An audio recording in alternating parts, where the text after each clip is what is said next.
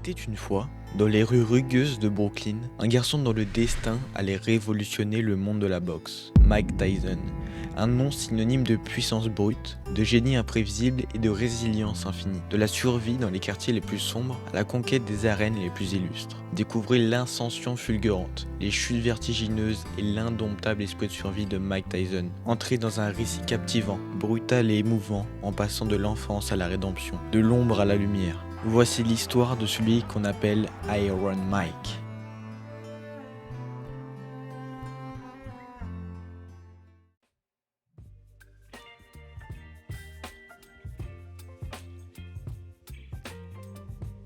Le nom complet de Mike, c'était Michael Gerard Tyson. C'est le fils de Jimmy Kirkpatrick et Lorna Smith Tyson. Il est né le 30 juin 1966 à New York.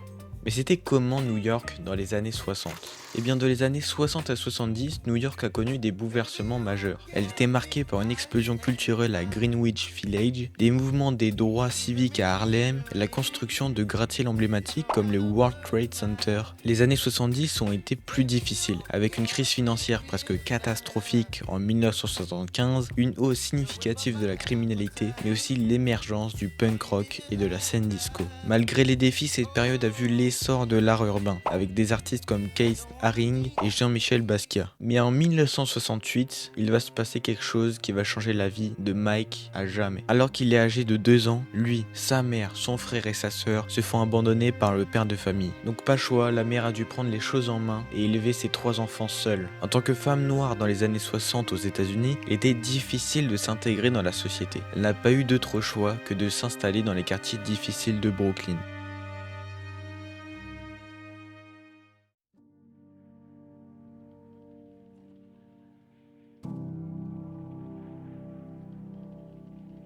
Je sais que c'est difficile à croire, mais quand Mikey était enfant, il était petit, maigre et introverti. Il faisait donc une cible de choix pour les harceleurs, ceux qui s'en prennent toujours aux plus faibles, car ce sont de sombres merdes. Comme tout problème a sa solution, Mike Tyson avait la sienne. Apprendre le combat de rue pour casser la fif aux mioches qui l'embêtaient. Mais ce n'était que le début. Il a rejoint un gang qui fait des choses pas très catholiques, les Jolly Stompers. Pour vous mettre dans le contexte, les Jolly Stompers, c'est comme je l'ai dit, un gang influent dans les quartiers de Brooklyn dans les années 60 à 70. Il était composé en grande partie de jeunes afro-américains en difficulté, du pain béni pour tous les racistes de cette époque, qui par leurs méfaits prouvaient que les Noirs étaient le mal. Ils étaient impliqués dans diverses activités criminelles, dont le trafic de drogue, les vols et affrontements violents avec d'autres gangs. À l'âge de 11 ans, Tyson vidait les caisses des magasins, pendant que les autres membres du groupe retenaient le personnel et les autres victimes avec des armes à feu. Comme vous pouvez vous en douter, qui sème le vent récolte la tempête. Alors Mike a eu quelques problèmes avec la justice. C'est pour ça qu'à 13 ans, il a déjà été arrêté plus de 30 fois.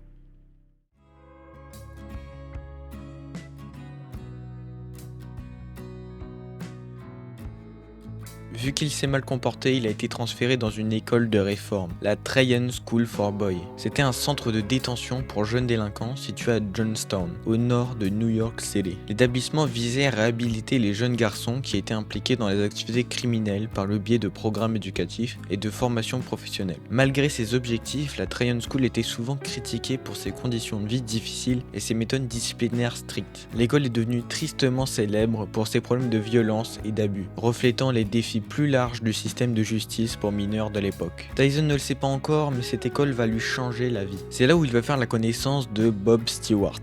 Bob, c'est pas n'importe qui. Il était déjà champion du monde de boxe amateur et conseiller. Vous le voyez venir avec ses gros sabots, Mike a voulu que Stewart lui apprenne à servir de ses poings à travers l'art de la boxe. Après avoir bien assisté, Bob a fini par accepter, mais en échange de quelque chose. Il voulait que Tyson retourne dans le droit chemin et se mette à étudier, ce qu'il a fini par faire. Il a notamment appris à lire. Stewart était très fier de lui, à chaque fois qu'il avait du temps libre et s'entraînait. Il n'avait qu'une seule envie, faire partie des meilleurs. En 1980, la formation de Tyson auprès du célèbre Bob Stewart est enfin terminée. C'est alors que Stewart va décider de le mettre en relation avec le légendaire manager Constantine Cus D'Amato. Si ce nom vous dit quelque chose, c'est normal, parce que ce monsieur est extrêmement connu dans l'univers de la boxe. D'Amato est aussi connu pour prendre extrêmement soin de ses boxeurs prometteurs. Ils étaient nourris, logés, blanchis dans sa propre maison. Il s'est occupé de nombreux boxeurs incroyables comme José Torres ou Floyd Patterson. La relation entre D'Amato et Mike était fusionnelle comme un père avec son fils. Il a rapidement vu en Tyson un boxeur qui a du talent. Il lui a donc proposé de rester à ses côtés pour lui apprendre à devenir champion du monde poids lourd. Et bien évidemment, Mike a immédiatement accepté.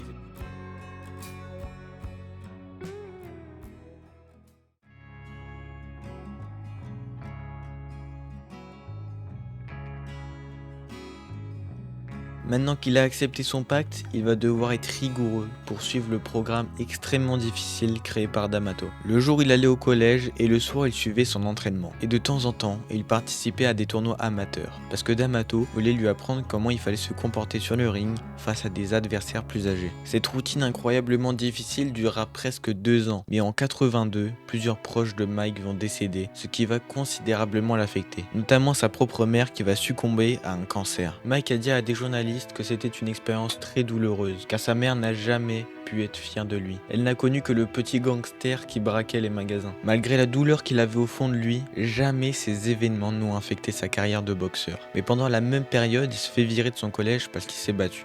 On peut dire que la justice est bien faite parce que quand il se fait harceler, ça fait de problème à personne, mais quand il se bat et qu'il se défend, il se fait virer. C'est alors qu'il n'a pas eu d'autre choix de continuer ses études via des tuteurs privés, toujours en parallèle de son entraînement pour les Jeux Olympiques de 84. Malheureusement, même si Mike a tout donné pendant son entraînement, il a perdu pendant les qualifications face à Henry Tillman. Après son échec, D'Amato a décidé qu'il était temps que Mike passe professionnel.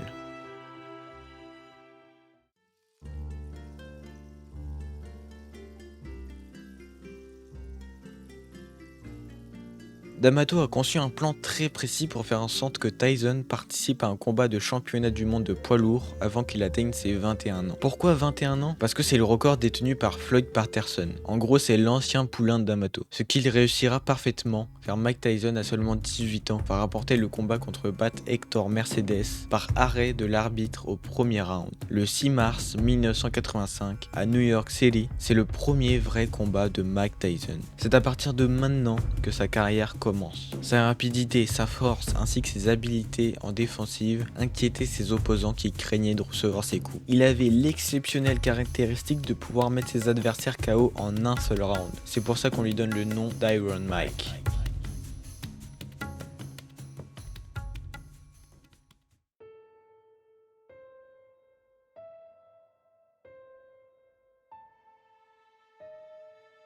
Cette année-là, tout se passait pour le mieux, mais ça c'était avant qu'un nouveau drame vienne tout chambouler. Cus D'Amato, le père adoptif et coach de Tyson, est décédé à la suite d'une pneumonie le 4 novembre 1985. Malgré qu'il ait repris les combats 2 semaines plus tard avec comme coach Kevin Rooney, ses proches affirment qu'il ne s'est jamais remis de ce décès et que toutes les fois où il a pu être agressif venaient de cette perte. Le premier combat suite à sa reprise se déroula à Houston et a servi d'hommage à D'Amato. D'ailleurs, durant ce combat, Tyson y enregistrera sa 13e victoire par KO.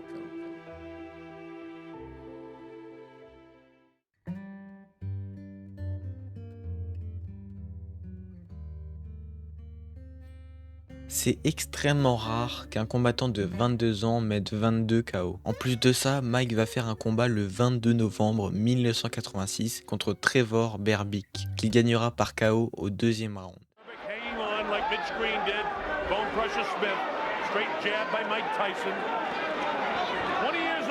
Tyson on his way to becoming one of the youngest heavyweight champions of all time. Bangs the body. Wow, with that uppercut is Tyson. Catches him with a right left hook, and he goes down. He goes down. He should be able to get up from this. His legs may be shut. They are. As Trevor Berbick falls back in the rope. I don't know if he's going to be able to continue. He's got the heart, but his body won't let him do what his mind wants to. And he's counted out. It will be scored as a knockout. Mills Lane counted him out to 10. It's all over. We've got a brand new heavyweight champion of the world. Mais ce qu'il faut retenir de ce combat, c'est que Tyson a concrétisé son objectif de remporter un combat en WBA. La World Boxing Association est l'une des principales organisations de sanctions de la boxe professionnelle. Fondée en 1921 sous le nom de National Boxing Association, aux États-Unis, elle a été rebaptisée WBA en 1962 pour refléter son expansion mondiale. La WBA organise des combats pour attribuer des titres mondiaux dans différentes catégories de poids. À 20 ans et 4 mois, Mike Tyson va atomiser le record de Floyd Patterson en devenant le plus jeune champion du monde des poids lourds de l'histoire de la boxe. Pour l'instant, Tyson va continuer son ascension fulgurante. Il conserve d'abord son titre le 7 mars 87 face à James Smith, puis la même année, il est devenu le premier boxeur poids lourd à détenir 3 ceintures majeures en battant Tony Tucker, l'ancien détenteur de la couronne de l'IBF.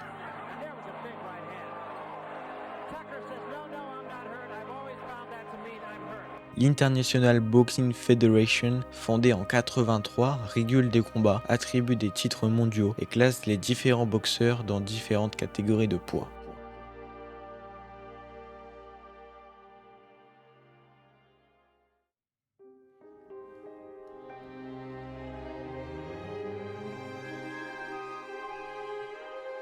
Le 7 février 1988, Tyson va épouser l'actrice de télé Rebin Givens. Sur le papier, c'est une excellente nouvelle. Pourtant, c'est à partir de là que sa carrière va commencer à décliner. En effet, sur le ring, il change de stratégie. Il se fie uniquement à la puissance de ses coups pour déterminer ses combats. Il abandonne son style offensif et sa remarquable défense qui l'ont mené au sommet. Pour faire simple, juste il tape dans le tas et bien évidemment, ça va pas marcher. Mike actually has busted landing these. Oh, nice uppercut by Buster Douglas. Look at this.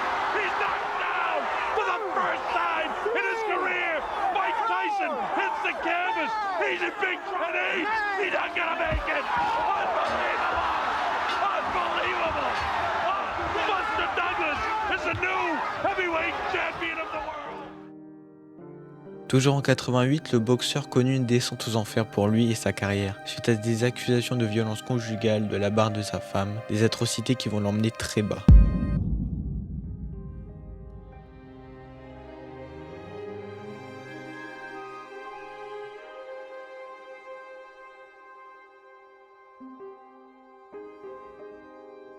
En 88, Tyson va essayer de se racheter en concluant un partenariat avec le promoteur de boxe Don King, dans l'espoir de remonter la pente. Mais ça ne sert à rien de faire ça si de l'autre côté, il devient de plus en plus violent, ce qui va d'ailleurs lui rapporter quelques problèmes avec la justice. Il est accusé de bagarre de rue, accident sous l'emprise de l'alcool, viol et d'autres choses atroces que je ne peux même pas dire. Mais c'est pas pour autant que sa fame va diminuer, il a toujours autant de fans. Au début de 1989, le divorce est prononcé.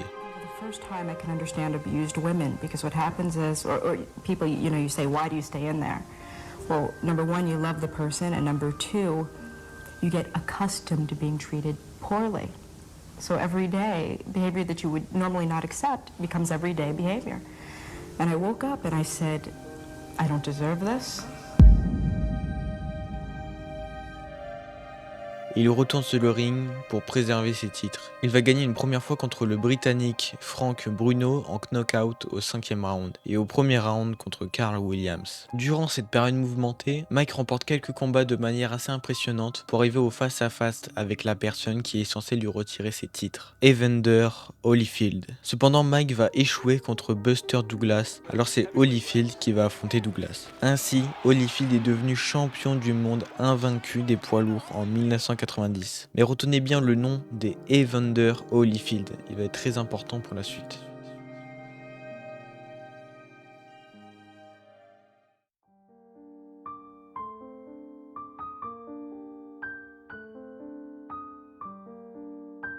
En juillet 1992, Mike Tyson est arrêté pour le viol de Desiree Washington, 18 ans, dans une chambre d'hôtel à Indianapolis, pour une durée de 6 ans. Pendant sa peine, il va se convertir à l'islam et va adopter le nom de Malik Abdulaziz. Ça a beaucoup fait parler, mais j'ai envie de dire si ça peut l'empêcher de faire du mal à d'autres personnes, c'est pas plus mal. Le vrai père de Mike, celui qui l'a abandonné, va décéder lors de sa première année d'incarcération. Mais le boxeur ne va pas demander à assister à ses funérailles, ce qui est plutôt compréhensible pour le coup. 3 ans plus tard, il est relâché. Boy le 25 mars 1995. Il s'est tout de suite remis à la boxe en combattant Peter McNeely à Las Vegas. Et devinez quoi, il va le déchirer en 89 secondes. Suite à cette victoire, il va s'occuper de Buster Matthias Jr. qui va tomber KO au 3e round.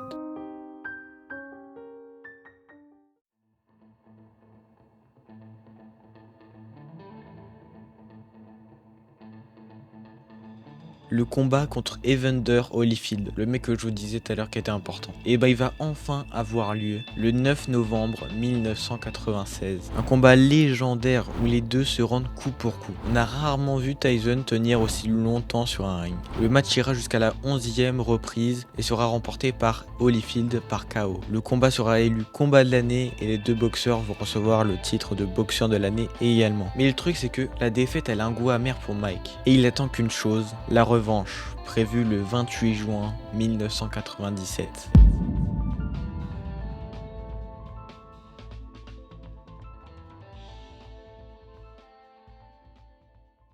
Ce jour-là, Mike est favori. Tout le monde attend ça avec impatience et personne ne va être déçu, tellement que le combat va prendre une tournure sans précédent. La tension est à son maximum, que ce soit dans le public ou sur le ring. Et là, la cloche sonne. Le combat se déroule normalement, mais plus le temps passe, plus Mike et Evander s'accrochent l'un à l'autre et usent de coups illégaux. Tyson prend un mauvais coup à la tête qui lui ouvre l'arcade sourcilière et se plaint auprès de l'arbitre. Les esprits s'échauffent. On ne sent plus du tout le côté sportif du match. Il y avait trop d'enjeux, trop d'ego entre les deux. On sentait la haine qui monte chez Mike qui n'arrive pas à boxer comme il voudrait. Et à la 3e reprise, lors d'un accrochage, il va lui mordre l'oreille et même lui arracher un morceau qu'il va recracher sur le ring sans pression. Et tout ça devant des millions de téléspectateurs. Ce combat il va malheureusement devenir célèbre pour les mauvaises raisons. Encore aujourd'hui, ça reste l'un des événements les plus improbables et les plus choquants qu'on aurait pu voir pendant un match de boxe. Même en MMA où tous les coups sont permis, on n'a jamais vu ça. Bien évidemment, les arbitres vont le disqualifier. Il va aussi perdre sa licence pendant 1 an et sera condamné à payer 3 millions de dollars à Holyfield.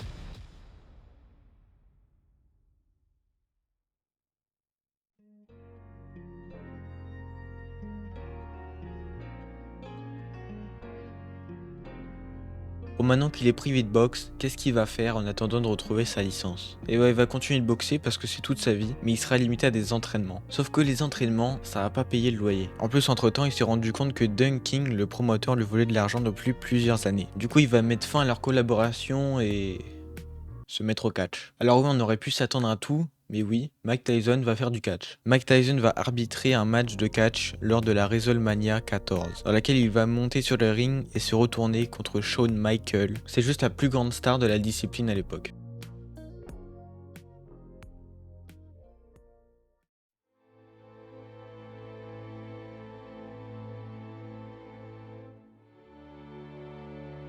En 99, il récupère sa licence, alors il retourne sur le ring. Ses talents de boxeur sont toujours les mêmes, mais sa folie aussi. Alors pendant son combat de retour contre Orlin Norris, il va multiplier les coups illégaux. Il va même mettre KO son adversaire après que la cloche ait sonné, comme s'il n'avait pas compris la première fois. Tout ça va forcer l'arbitre à arrêter le match et à déclarer un non-contest. Bien sûr, le public est furieux, les casinos de Las Vegas décident de ne plus organiser de combat avec lui, tellement qu'il a dépassé les bornes. Eux, ce qu'ils veulent, c'est vendre du spectacle, mais pas du spectacle de combat de rue, des spectacles de boxe. Malgré tout ce bordel, il va continuer de livrer quelques combats mémorables, pas pour les bonnes raisons encore une fois. Comme son combat contre Lou Savarez, qui ne va durer que 36 secondes, dans lequel il va continuer de frapper son adversaire malgré que l'arbitre essaye de l'arrêter. Il va même mettre l'arbitre par terre pour frapper son adversaire. Tout naturellement, l'arbitre va arrêter le combat et va étrangement donner la victoire à Mike.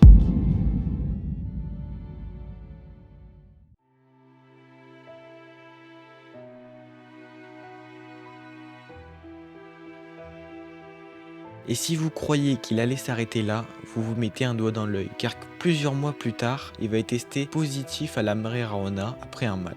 Ce qui est considéré comme du dopage, ce qui va annuler sa victoire contre Andrew Golota, en plus d'une amende de 200 000 $. Ça commence à faire beaucoup de problèmes autour de Mike. Je comprends même pas pourquoi il est encore en capacité de boxer, vu le danger qu'il représente pour les autres boxeurs. À l'époque, on le surnomme même l'homme le plus méchant de la planète, avec les problèmes qu'il a sur, mais aussi en dehors du ring, et sans compter toutes les fois où il a été arrêté pour bagarre de rue. C'est atroce, mais à ce moment-là, on assiste à la chute d'un des plus grands sportifs du monde.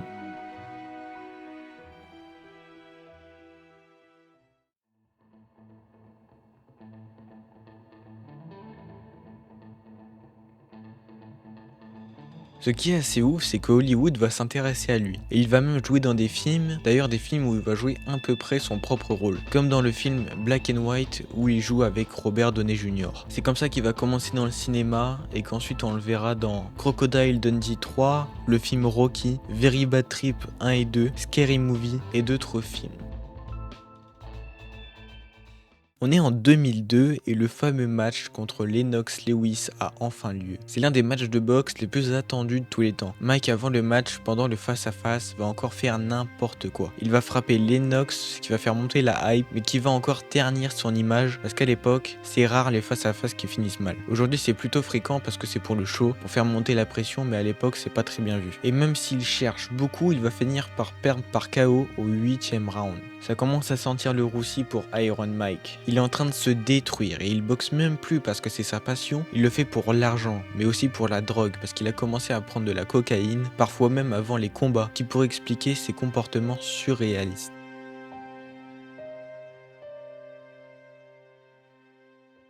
Comme l'histoire son tatouage tribal qu'il a sur le côté gauche de la tête. Pour faire simple, l'histoire c'est qu'un jour il va chez le tatoueur, il lui demande de lui faire un cœur sur le visage et le tatoueur lui répond tout simplement non. Mike Tyson il comprend pas, il lui dit pardon et vu que le tatoueur il tient quand même à sa vie, il lui dit ok mais il essaye de négocier un tatouage tribal à la place du cœur. Et tout simplement Mike Tyson va lui dire ok pourquoi pas.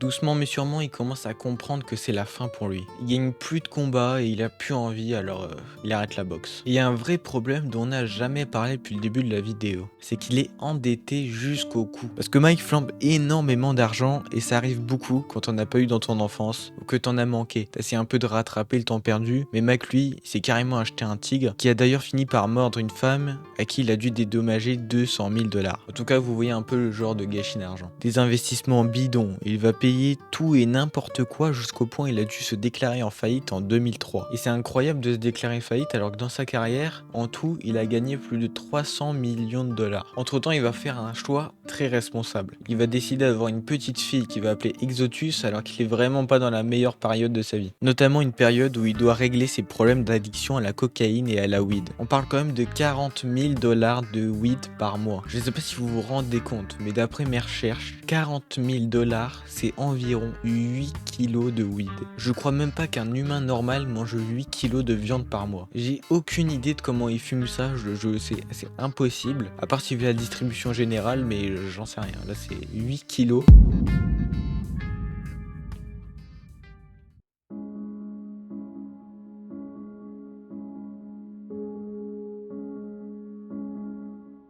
Et encore une fois, comme s'il n'était pas assez dans le mal, une tragédie bien pire que toutes les autres va s'abattre sur lui. En effet, en 2009, il va retrouver sa petite fille qui vient d'avoir 4 ans, pendue chez lui accidentellement. De ce que je sais, la petite fille aurait glissé sur le tapis roulant de Mike et se serait étranglée avec un câble juste à côté. Donc ça, vous imaginez bien que ça va détruire le peu d'humanité qu'il est resté en lui. La seule chose qui le tenait encore en vie vient de disparaître sous ses yeux.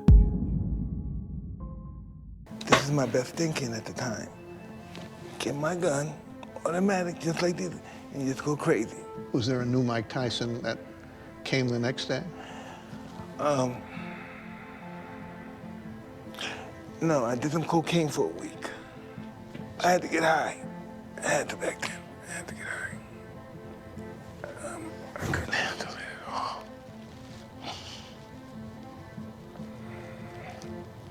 You have to go. No, you understand, right? Thank you. Du coup, ses problèmes d'addiction vont empirer et il va tout lâcher. Il a fallu plusieurs années pour qu'il retrouve un sens à sa vie, et notamment en essayant le one-man show avec son spectacle Undisputed, où il parle de son parcours. Il va faire aussi des émissions de télé-réalité. C'est pas le truc le plus cool, mais c'est mieux que de se laisser mourir.